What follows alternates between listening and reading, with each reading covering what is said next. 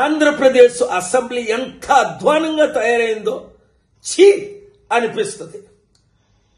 లక్షల కోట్లు ఖర్చు పెట్టి అప్పులు చేసి అసెంబ్లీలు నడుపుతూ ఎమ్మెల్యేలు ఎంపీలు వేలు కోట్లు సంపాదించుకుంటూ రైతుల కొరకు గాని, నిరుద్యోగుల కొరకు గాని, స్టీల్ ప్లాంట్ కొరకు గాని, ప్రత్యేక హోదా కొరకు గాని నేను ఫైట్ చేస్తున్న ఒక్క ఎమ్మెల్యే గాని ఒక్క ఎంపీ గాని మద్దతు ఇవ్వడం లేదు సరికదా.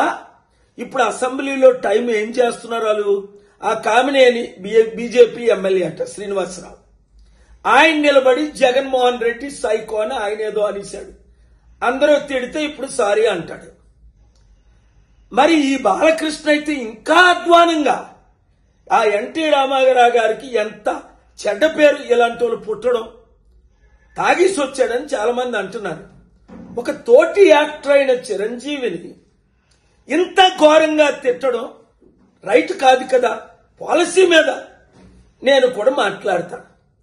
ఇప్పుడు పవన్ కళ్యాణ్కి జ్వరం వచ్చేసింది అది దెబ్బకి. మరి నిజంగా జ్వరం వచ్చిందో ఈ తట్టుకోలేక తప్పించుకున్నాడు. ఎందుకంటే చంద్రబాబు నాయుడు కొరకు రోడ్ల మీద పడుకొని ఒక్క ఓటు చేల్చకూడదు, జగనే నా శత్రు అంటే అన్నయ్యను తగట్టు పెడతా, ఒక అన్నయ్యకి ఎమ్మెల్సీ తీసుకుంటా, ఒక మంత్రి పదవి తీసుకుంటా. ప్రజల సమస్యలు గాని పట్టించుకోరు మీరెవరును. ప్రజలకు కూడా బుద్ధి లేదు. ఒకసారి ఆలోచించండి.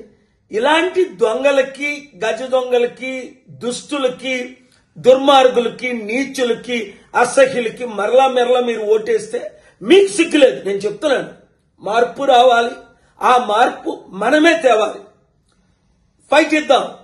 ఈ వీడియో వారిని చిత్తుగా ఓడించినంత వరకు అందరూ వైరల్ చేయండి. Thank you very much.